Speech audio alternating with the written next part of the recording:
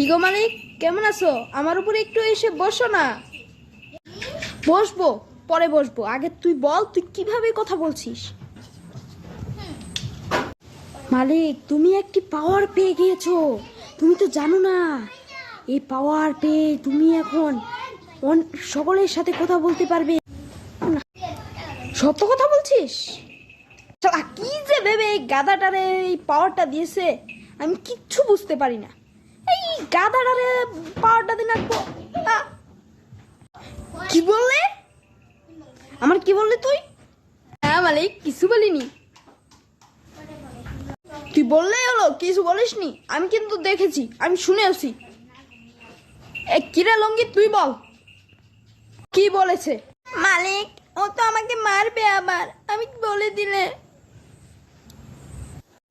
কিছুই বলতে পারবে না, তুই বল। মালিক, ও বলেছে যে কি ভেবে যে এই গাধাটারে পাওয়ারটা দিল।